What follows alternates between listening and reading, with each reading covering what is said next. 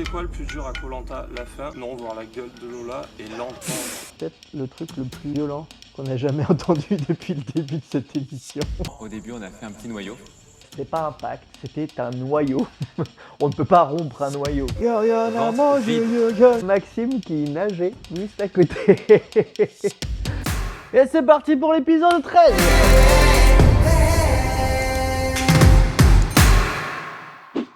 Salut tout le monde, petite introduction pour vous dire qu'on a adoré faire ce programme d'analyse tout au long de la saison. Il reste encore quelques épisodes à venir avant les poteaux. Chaque épisode peut se regarder indépendamment des autres et vous pouvez aussi bien tout retrouver dans l'ordre dans la playlist de cette chaîne. Si on a voulu faire ces analyses tout au long de l'aventure, c'est parce qu'on s'est dit que ce serait un terrain de jeu idéal pour parler du fonctionnement des groupes humains d'un point de vue sociologique et psychologique. C'est le domaine dont j'ai fait mon expertise au fil des années, du fait de mes études, mes recherches et expériences dans une somme de domaines très variés, avec une très grande préoccupation et à ma grande joie beaucoup de réussite de tout ce qui est le conseil pour la mise en place d'un climat sain pour les enfants dans le but de leur épanouissement futur. Et là vous me diriez, quel rapport? Eh bien comme on le sait, c'est oui par l'éducation mais surtout par les modèles que nous leur donnons en tant qu'adultes, entre nous ou avec eux, qu'on peut véritablement apporter des améliorations visibles dans le monde dans lequel on vit.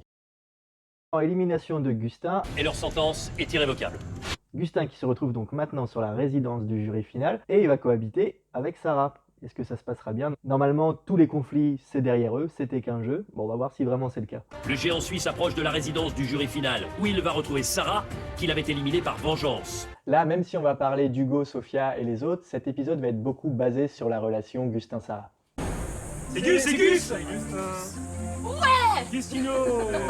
A noter que même si là ça se passe entre un homme et une femme, ça pourrait très bien se passer avec les rôles et les comportements inversés, ou entre deux hommes ou entre deux femmes. Le plus important, c'est les comportements qui sont mis en jeu, pas par qui ils sont incarnés. Sans me voir, je pense. Donc quand je vois Gustin, du coup, je me dis mérité. Enfin, tout le monde du coup ouvre les yeux sur ce qu'il est. Donc on classe les gens dans des boîtes. Au final, il y a eu 2 Cécile et puis tout sur Cassandre. Alors que moi, je savais même pas. Hugo, il sort son collier. Il le donne à Cassandre. Hein? Très très beau geste d'Hugo, très très beau geste. Franchement, Hugo c'est quelqu'un de droit. En plus que Gustin, il comprenne rien. On continue à classer les gens dans des boîtes. Il y a les grands gentils super géniaux et il y a les méchants trop nuls trop méchants. Le monde en deux parties comme ça. Et bizarrement, dans toutes nos vies, il y a eu des grands gentils super géniaux qui du jour au lendemain ou en quelques jours ou quelques semaines se sont retrouvés grands méchants super trop nuls. C'est bizarre à quel point on peut se tromper ou alors que les gens changent d'un coup. Ou alors c'est peut-être que le monde est un petit peu plus compliqué que ça. Ouais, j'ai pas aimé la cohabitation. La cohabitation. Franchement, je suis... Bah écoute, c'est comme ça. Même. Oh mon Dieu, il a dit cohabitation. Oh mon Dieu, il ressent des choses, il a des opinions, il a mal vécu des choses dans lesquelles nous étions impliqués. Waouh, qu'est-ce que c'est grave ce qu'il vient de dire, il a dit cohabitation. Profiter de mon aventure à fond avec les jaunes. C'était vraiment des super On a moments. passé 7 jours avec les jaunes, c'est genre le reste. Et là, on revoit le truc que Sarah aimait bien faire sur le camp, c'est-à-dire parler aux autres mal de Gustin devant Gustin. Sur l'île rouge, en fait, j'ai aucun souvenir tellement j'ai souffert. Putain, mais Gus, mais t'abuses de ouf, franchement. Gus, t'abuses de ouf de dire que t'as souffert. Et là quand même c'est vrai qu'elles pourront lui rappeler pas mal de choses qu'il et elle ont fait sur le camp pour Gustin. Pour autant, ça n'enlève rien à la souffrance de Gustin. Gustin, il est comme il est, ou il a été comme il est, ou dans certaines circonstances, il est comme ci ou comme ça, ou il a agi comme ci ou comme ça. Par exemple, il s'est autorisé beaucoup de repos et c'est beaucoup considéré comme le champion qui devait se reposer pour les épreuves pour aider l'équipe à gagner. Soit dit en passant, il n'avait pas le droit à plus de nourriture alors qu'il fait peut-être 20, 30, 40, voire 50 kilos de plus que certains.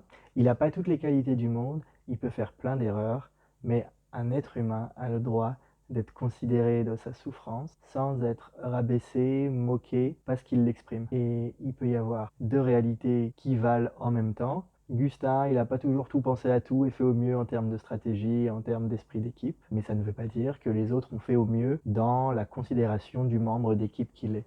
Et là, il y a un petit peu un phénomène de groupe et de bouc émissaire où, sous prétexte que Gustin a été comme il a été, eh bien, il faudrait maintenant se moquer de lui et considérer qu'il n'a souffert à aucun moment et que les autres se sont comportés parfaitement avec lui, notamment dans les phénomènes d'infantilisation et de non-droit à décider de certaines choses sur le camp, qui se sont passés pour lui quand Sarah était sur le groupe. Et Sarah ne voit pas du tout ça, ne voudra peut-être jamais le voir, en tout cas elle ne le voit pas là, et continue à le tourner en dérision comme quelqu'un de malhonnête, voire de maléfique, alors que il y en a pour tout le monde en termes de responsabilité sur le conflit qu'il y a eu sur le camp. Mais t'abuses. Franchement, combien de fois on t'a laissé pioncer, on faisait tout derrière, Et t'arrivais tout pimpant pour les épreuves, franchement. Voilà, elles ont raison là-dessus, mais après, il a le droit de prononcer le mot cohabitation, il a le droit de prononcer le mot j'ai souffert, sans être puni d'oser s'exprimer de ce qu'il ressent. Ok, c'est dur à entendre quand même, parce que franchement, pour moi, on avait passé des bons moments. Et donc si c'est dur à entendre, est-ce que vous voulez bien imaginer à quel point c'est dur de l'avoir vécu sincèrement? Si c'est dur à entendre, à quel point c'est dur de l'avoir vécu? Alors en mode tire des têtes, moi je l'aime bien, mais je sais pas. Peut-être que ça fait quelques jours quand même que tous les soirs elle entend Sarah lui parler en mal de Gustin, et là elle est fan club inconditionnel Sarah, et 100% contre Gustin, c'est-à-dire il peut pas dire un truc sans qu'elle fasse « Comment tu peux dire ça Gustin? Comment peux-tu prononcer le mot cohabitation? C'est mal Gustin de prononcer ce mot !» Voilà, c'est cette tête-là. Et moi je les aime bien tous, hein. Vraiment, c'est ce qu'on met dans le texte à chaque fois qui est vert en début ou en fin d'épisode. Ce qu'on commande, c'est pas ce que sont ces personnes, c'est les actions qu'elles ont mis en jeu dans cette aventure. Et vraiment, moi je les aime tous, les participants et les participantes. Que vous vouliez m'éliminer, c'est pour ça que j'ai dû sauver ma peau aussi. Mais Même t'as à sauvé la ta peau, mec. réunification, je savais très bien que vous parlez sur moi, les filles là. Parce que tu C'était estimes qu'on juste n'a en fait pas... Sarah, j'avais trop envie de t'éliminer. J'avoue. Il y a Sarah qui s'entraîne depuis peut-être 10 ans pour les épreuves. Et lui, moi j'avais envie de bien t'éliminer.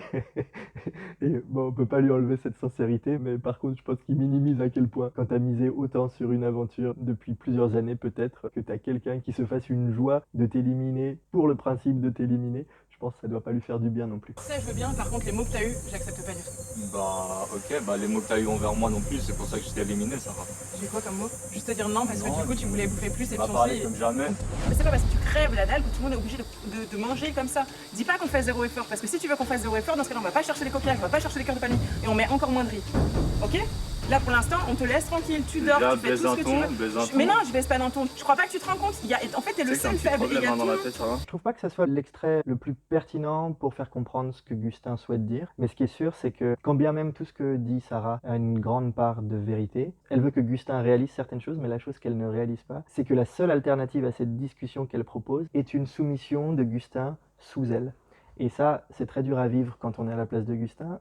J'imagine que c'est très dur à vivre si elle le vit de temps en temps dans sa vie, mais pourtant, dans cette situation où elle est au-dessus, ça ne la gêne pas du tout, parce que quand on regarde la scène et quand on regarde toutes les scènes, c'est il fallait faire fermer la bouche de Gustin. Moi, Sarah, je me chargeais de lui faire fermer sa bouche, et si j'y arrivais pas, je prenais les autres à partie pour bien lui faire fermer sa bouche. Or, la liberté d'expression, c'est une liberté dont le manque, quand on en est privé, nous fait énormément de mal. Mais tout ça, on l'a bien détaillé dans les épisodes 5-6, le conflit Gustin-Sarah, que vous pouvez voir sur la playlist ou sur la chaîne. Notamment de la partie de la discussion où elle se moque de lui, qu'il soit faible, que lui il demande mais pourquoi moi j'ai pas le droit de décider autant que vous? Et ben parce que si c'est toi qui décidais, on n'aurait plus à manger, on crèverait la dalle. C'est juste un gosse qui a pas ce qu'il veut en fait. Et Non. quand on est et quand on s'oppose à toi, tu peux Non être un mais con. ça... Et à la question de Gustin ou Sarah qui est le pervers narcissique, la réponse c'est